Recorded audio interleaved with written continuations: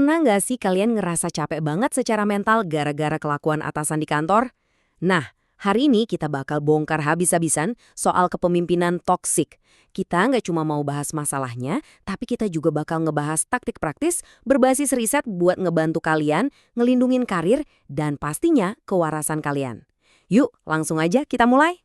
Coba lihat angka ini, 75%. Gila kan? 3 dari 4 karyawan itu ternyata pernah ngerasain yang namanya kerja di lingkungan yang toksik. Jadi, kalau kalian selama ini sering rasa cemas atau burnout tiap kali mau berangkat kerja, please ingat ini. Kalian sama sekali nggak sendirian. Agenda kita hari ini bakal jadi roadmap kita. Mulai dari ngelihat realita atasan yang toksik, ciri-cirinya, respon karyawan kayak quiet atau loud quitting, sampai nanti kita bahas strategi praktis buat ngejaga batasan. Oke, kita masuk ke bagian pertama. Realita atasan yang toksik. Mari kita lihat apa yang sebenarnya terjadi di lapangan. Di Indonesia, kita sering banget kan dengar istilah atasan yang zalim atau bos yang ngehe. Nah, ini tuh bukan cuma sekedar bahan obrolan waktu jam makan siang loh. Ini beneran bentuk manajemen yang super menindas, nol empati, yang ujung-ujungnya bikin kita ngerasa kayak lagi jalan di atas cangkang telur setiap hari. Serba salah bawaannya. Dan yang sering terjadi, kita malah nyalain diri sendiri kan? Padahal kalau dilihat dari data ini, hampir 80% penyebab lingkungan kerja yang toksik itu murni karena kepemimpinan yang buruk. Jadi ingat ya, ini tuh kegagalan sistem dari atas, bukan karena kalian yang nggak kompeten. Sekarang kita lanjut ke bagian 2, ciri kepemimpinan yang merusak. Biar kita bisa ngenalin, kayak apa sih persisnya kelakuan mereka ini? Menariknya nih, semua ini bukan cuma sekedar keluh kesah. Riset dari Regent University ngebuktiin kalau kepemimpinan toksik itu emang sebuah fenomena akademis yang punya dampak klinis dan benar-benar bisa diukur langsung ke performa tim. Jadi ini sains, bukan sekedar perasaan aja. Kalau kita pakai skala kepemimpinan toksik, kita bisa memetain 5 pilar perilaku destruktif dari atasan. Bayangin deh, punya bos yang emosinya naik turun gak karuan yang bikin seisi kantor anxiety, atau yang narsisnya kebangetan sampai berani ngambil kredit atas kerja keras kalian. Perilaku-perilaku kayak gini nih, yang secara instan ngebunuh kepercayaan dan bikin mental tim hancur. Tapi tunggu, kelakuan toksik ini ternyata juga ikutan berevolusi loh. Di era kerja remote atau hybrid kayak sekarang, racunnya berubah bentuk jadi pengawasan digital. Kayak micromanagement jarak jauh, dipantau status hijaunya di Slack atau Teams setiap detik, sampai dikucilkan secara halus di grup chat. Ini benar-benar bentuk kontrol gaya baru yang bikin engap.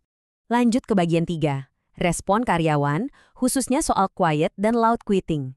Gimana sih reaksi fisik dan mental kita ngadepin bos kayak gini? Dari situ biasanya muncul 2 reaksi ekstrim yang bertolak belakang banget. Yang satu namanya quiet quitting, ini ibarat pertahanan pasif, di mana karyawan milih buat narik diri diam-diam, kerja secukupnya aja, yang penting gugur kewajiban. Nah, di sisi lain ada loud quitting. Kalau yang ini ibarat pemberontakan yang meledak-ledak dan frontal banget. Gallup nyebutin kalau pelaku loud quitting ini seolah-olah lagi pegang megafon. Mereka nggak cuma nyerah secara mental, tapi mereka secara aktif nunjukin amarah mereka. Bahkan parahnya, mereka kadang sampai ngelakuin hal-hal yang ngerugiin perusahaan atau nyabotase proyek sebelum akhirnya mereka resign beneran. Dan tebak berapa harga dari ketidakterlibatan karyawan ini? 8,8 triliun dolar per tahun secara global. Angka yang benar-benar gak masuk akal kan?